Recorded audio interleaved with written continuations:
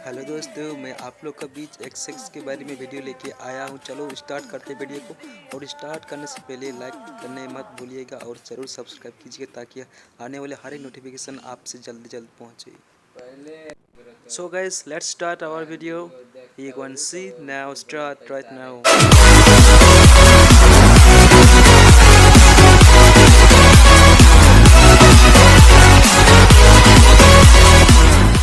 Basically point भी यही है कि सेक्स सब करते हैं लेकिन सेक्स के बारे में कोई खुल के बात नहीं करता है ना।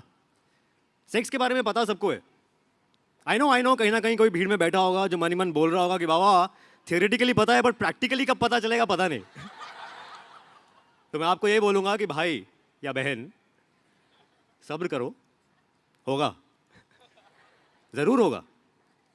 मुझे भी एक टाइम पे लगता था कि पता नहीं मेरे साथ होगा कि नहीं होगा। इंजीनियरिंग में था ना, पर हुआ खूब हुआ। प्यार हुआ, रिलेशनशिप हुई, 3 साल तक प्यार किया, फिर 6 महीने पहले उसकी शादी हो गई। मुझसे नहीं। रिलेशनशिप के शुरुआत में ना ज्यादा कुछ समझ नहीं आता है। कुछ काम नहीं है तो सेक्स कर लिया, कुछ काम है तो काम छोड़ के सेक्स कर लिया। नेटफ्लिक्स की कोई भी चीज शुरू की, खत्म नहीं की, उससे पहले ही चिल। फिर कुछ टाइम बाद आपको याद आता है कि और भी लोग और भी काम है दुनिया में, तो फिर वही साथ में घूमना, फिल्में देखना। बेसिकली जैसा भी आजकल के लड़के लड़कियां फील करते हैं रिलेशनशिप में, वैसा फील करते करते 3 साल कब बीत गए पता ही नहीं चला। नहीं, ऐसा कोई रिग्रेट नहीं है मुझे, we had a good time. उसे भी कोई रिग्रेट नहीं था। बेसिकली वो अपनी शादी को लेके हमेशा से ही बहुत एक्साइटेड थी, अब वो चाहे मेरे साथ होती या किसी और के साथ। जब मैं आखिरी बार जा रहा था तो मीनाक्षी ने मुझे पीछे से रोका और कहा, it's not you, it's me. मुझे कॉमन गोल्स वाला कोई मिल गया है, तुम्हें भी जरूर कोई मिल जाएगी। फिर हम डबल डेट पे जाएंगे, तुम्हारे फेवरेट बेल्जियन वॉफल्स खाने, पर प्रॉमिस करो कि टच में रहोगे। अब ये एक ऐसी बात है जिसका कोई सही जवाब नहीं हो सकता, तो मैंने वही किया, नीचे देखा और गर्दन हिला दी। फिर हमने आखिरी बार किस किया, फिर आखिरी बार सेक्स किया। थोड़ी कंट्रोवर्शियल बात है लेकिन शायद हमारी लाइफ का बेस्ट सेक्स था वो। मन में तो ये ख्याल भी आया कि भगवान अगर 3 साल का ब्रेकअप सेक्स ऐसा होता है तो हर महीने एक 3 साल का ब्रेकअप करवाए।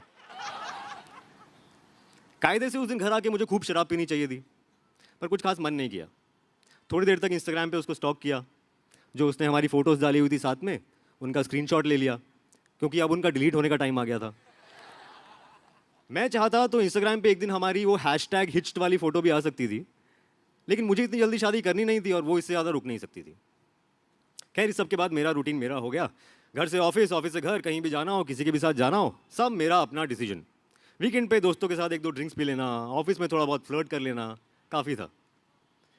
रिलेशनशिप के मूड में मैं था नहीं, तो मेरे दोस्तों ने कहा that I should try casual sex. अब ये एक ऐसा टर्म है जो मैंने बहुत सुना था लेकिन कभी भी समझा नहीं था, क्योंकि मेरे हिसाब से सारा सेक्स कैजुअल ही होता है। मतलब सूट और टाई पहन के सेक्स करेंगे तो उसको फॉर्मल सेक्स तो नहीं कह सकते। तो मैंने इस बात को ज़्यादा इंपॉर्टेंस नहीं दिया। मैंने सोचा जो होगा देखेंगे। फ्रेंड्स के थ्रू उनके कुछ सिंगल फ्रेंड से मिला, थोड़ा बहुत हुआ कैजुअल सेक्स। मुझे ये समझ में आया कि अगर कुछ भी रोमांटिक बोलने का मन करे मत बोलो, कडलिंग वडलिंग मत करो, और ये तो बिल्कुल अज्यूम मत करो कि उसका कैजुअल सेक्स सिर्फ आपके साथ हो रहा है। बेसिकली इस तरह के कुछ रफ रूल्स मुझे समझ में आने लगे कैजुअल सेक्स के बारे में। पर किसी से भी 2-3 बार से ज़्यादा मिला नहीं, बात ही नहीं बनी, क्योंकि बातें नहीं हुई। जिस तरह की बातें मीनाक्षी के साथ होती थी, जो कहाँ से कहाँ ट्रैवल कर जाती थी, पॉलिटिक्स और आर्ट से लेके डेली लाइफ की टुच्ची चीज़ों के बारे में, वैसी रेंज कहीं मिल नहीं पाई। कहीं ना कहीं आकर ऑकवर्ड पॉजेस शुरू हो जाते थे। वहाँ पे घर वालों को भी समझ में आ गया था कि ब्रेकअप टाइप कुछ हो गया है। माँ ने फ़ोन पे वैसी बातें करना शुरू कर दिया कि फलाने रिश्तेदार की एक बेटी है, डिमा के रिश्तेदार की जानकारी में एक लड़की है, वो भी IT कंपनी में काम करती है। तो मैंने मम्मी को बहुत समझाया लेकिन वो मानी ही नहीं। तो मैंने एक दिन उनको गुस्से में बोल दिया कि मम्मी, मुझे शादी नहीं करनी है, मुझे कैजुअल सेक्स करना है। मम्मी कुछ देर तक कुछ नहीं बोली, कुछ दिनों तक फ़ोन भी नहीं किया, और जब फ़ोन किया तो शादी की बात नहीं की। एक दिन मजाक मजाक में मेरे दोस्त ऋषभ ने मेरे फ़ोन पे टिंडर डाउनलोड किया और मेरी प्रोफाइल बना दी। मैंने उसे कन्फ्रंट किया कि देखो ये साइबर क्राइम है, और अगर प्रोफाइल बनाई है तो फ़ोटो अच्छी लगाते, और मुझे नहीं मिलना यार ऐप के थ्रू किसी से। बात आई गई हो गई। 2-3 हफ्ते तक मैंने ऐप खोली नहीं, ऋषभ कभी कभी लंच टाइम में मेरे फ़ोन से लोगों को राइट स्वाइप मारता था, उसे लगता था कि मुझे पता नहीं। एक दिन संडे को अलमारी समेट रहा था तो मीनाक्षी के दिए हुए कुछ पुराने गिफ्ट्स मिले। थोड़े अजीब से हार्मोन्स रिलीज़ हो गए बॉडी में, थोड़ा रोना आ गया। मैंने रियलाइज़ किया कि ब्रेकअप से लेकर आज तक मैं अच्छे से रोया नहीं था, तो मैंने अपने आप को रोका नहीं और 1-2 घंटा रोने दिया। जब रोना ख़त्म हुआ तो हाथ अपने आप फ़ोन की तरफ गया और टिंडर खुल गया। देखा तो वहाँ 2-3 मैचेस हुए थे। तो मैंने एक प्रोफाइल खोली, फ़ोटो खोली, नीचे नाम लिखा था हिमानी, एज लिखी थी 26 और बायो में लिखा था नॉट हियर फॉर हुकअप्स।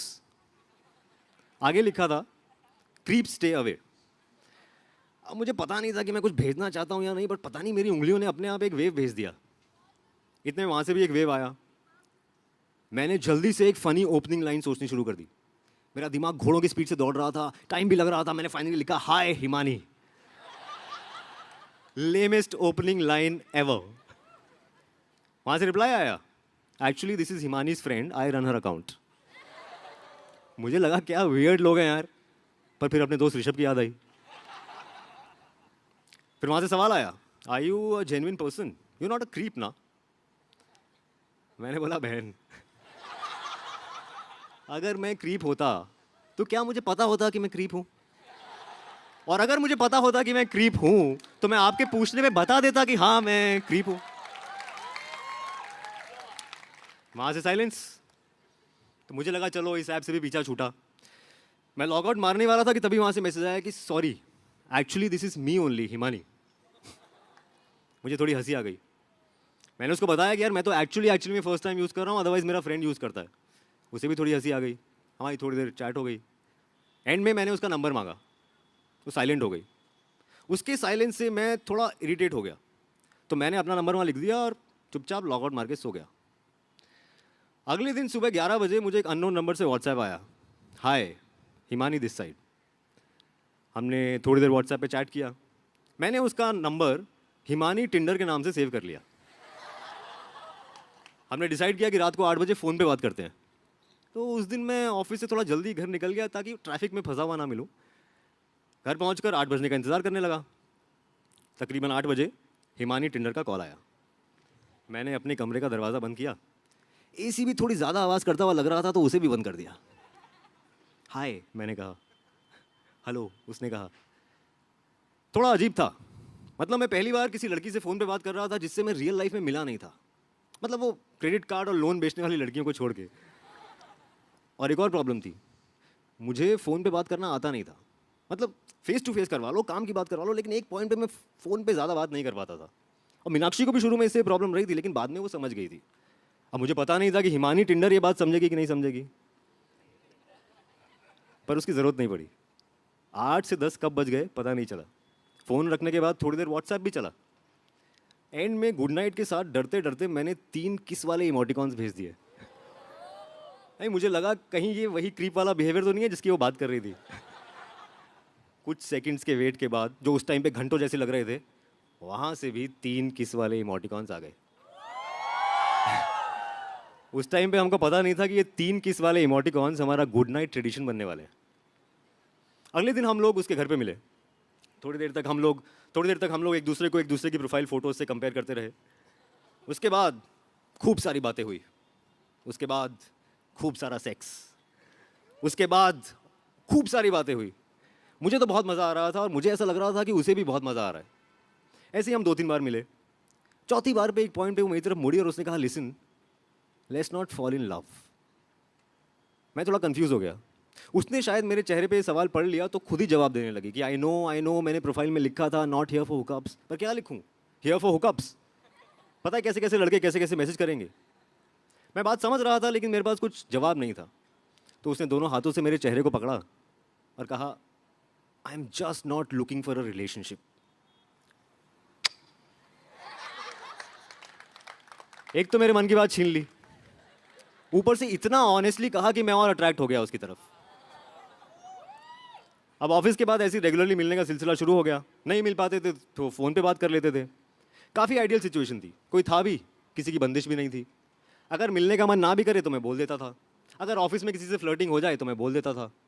वो भी अपनी लाइफ के बारे में सब कुछ मुझे साफ साफ बता देती थी। मैं अपने दोस्तों को बताना चाहता था कि यार देखो ये है आइडियल कैजुअल सेक्स। एक दूसरे का बचपन, ex boyfriend, ex girlfriend, crushes, films, food, sports, BJP, Congress, उसके साथ कोई भी चीज़ ऑफ टॉपिक नहीं थी। कुछ दिनों बाद मेरा 8-10 दिन के लिए घर जाने का प्लान बना।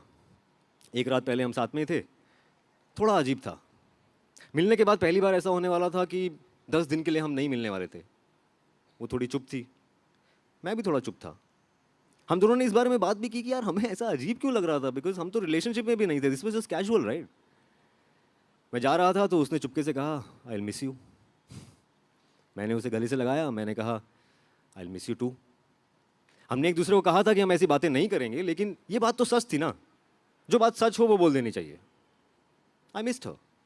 10 दिन बहुत मुश्किल से कटे, उसके भी और मेरे भी। हमने तो फ़ोन पे हंसते हुए बात भी की कि यार इतनी प्लानिंग के बाद भी फंस गए हम लोग।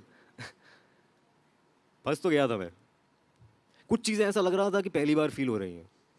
मतलब आपको कभी ऐसा फील हुआ है कि आप एक जगह पे नहीं हो, आप यहाँ भी हो जहाँ आप हो और आप वहाँ भी हो जहाँ वो है। खैर 10 दिन बाद मैं वापस आया, भयंकर सेक्स हुआ। मतलब ऐसा कि रोना आ गया मुझे। थोड़ा एम्बैरेस फील किया मैंने, पर हिमानी की खूबी भी यही थी कि कभी भी जज फील नहीं किया उसके साथ। अब हम लोग साथ में बाहर भी जाने लगे, वो मेरे दोस्तों से मिली, मैं उसके दोस्तों से मिला। हम दोनों ने एक दूसरे को बिना बताए अपनी टिंडर प्रोफाइल भी डिलीट कर दी थी। मेरी ऑफिस में फ्लर्टिंग भी कम हो गई थी। ये हम लोग कर नहीं रहे थे, ये हो रहा था। मैंने घर शिफ्ट करने का भी प्लान बना लिया। हाँ, वो लिव इन को लेके कंफर्टेबल नहीं थी, पर मैं सेम एरिया में तो शिफ्ट हो ही सकता था। आने जाने का पैसा, टाइम सब बच जाता। तो उसकी पसंद का अच्छा सा घर मैंने अपने लिए चूज़ कर लिया। रेंट थोड़ा ज़्यादा था, बट पैसे क्या मुझे कवर में लेके जाने थे। तो ऑफिस के बाद मैं ब्रोकर को टोकन अमाउंट देने जा रहा था, उसका फ़ोन आया। रो रही थी। उसने मुझे सीधा घर आ जाने को कहा। मैं घर पे पहुंचा, वो मुझे देख के और रोने लगी, चुप ही नहीं हुई। तो मैंने ऐसे ही मूड हल्का करने के लिए पूछ लिया कि यार पड़ोस में शिफ्ट हो रहा हूँ तो स्पेस इन्वेट कर रहा हूँ, बाकी बॉयज़ नहीं आ पाएंगे आसानी से, इसलिए बुरा लग रहा है। हंसी नहीं। पहली बार लाइफ में उसने मुझे जज्ड वाला लुक दिया। थोड़ी देर और रोई, फाइनली चुप हुई और बोली कि एक्चुअली मैं एक और लड़के से मिली थी टिंडर के थ्रू, तुमसे मिलने से पहले। मैंने कहा ठीक है, कोई बात नहीं। उसने कहा no, we met, we fell in love, we got into a monogamous relationship, but then we broke up because it was getting a little monotonous. एक तो मुझे ये समझ नहीं आता कि जब हम लोग ऐसी बातें करते हैं तो इंग्लिश में क्यों बात करने लगते हैं।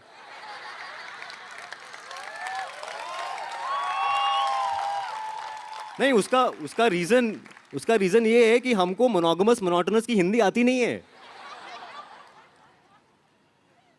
तो मैंने उसको बोला कि ठीक है यार, अब जो हो गया वो हो गया, अब इसमें रोने वाली क्या बात है। उसने कहा वो लौट आया है। लौट आया है मतलब? उसने कहा he wants to be back and I think I also still love him, we might get married and anyway we were never in an official relationship ना। बात तो सही थी, रिलेशनशिप तो नहीं था हमारा हमारा हमारा तो कैजुअल था ना। पर पता नहीं क्यों रोना आ गया, फूट फूट के रोया मैं। और सुबह 7 बजे तक यही सिलसिला चला, कभी वो चुप होती तो मैं रोने लगता, मैं चुप होता तो वो रोने लगती। बीच में 3-4 बजे मैंने ऐसे ही कैजुअली पूछ लिया should we have breakup sex. एक ही रात में दूसरी बार उसने मुझे जज्ड वाला लुक दिया और बोली please please don't be a creep. मुझे लगा मैं शायद क्रीप ही हूं। उसने साफ साफ लिखा था प्रोफाइल में क्रीप स्टे अवे, तो मुझे स्टे अवे ही करना चाहिए था। खैर मैं जब वहां से जा रहा था तो मीनाक्षी ने मुझे पीछे से रोका, सॉरी हिमानी हिमानी ने मुझे पीछे से रोका और कहा it's not you, it's me. मुझे कॉमन गोल्स वाला कोई मिल गया है, तुम्हें भी ज़रूर कोई मिल जाएगी, फिर हम डबल डेट पे जाएंगे तुम्हारे फेवरेट बेल्जियन वॉफल्स खाने, बट प्रॉमिस करो कि टच में रहोगे। मैंने वही किया, नीचे देखा और गर्दन हिला दी।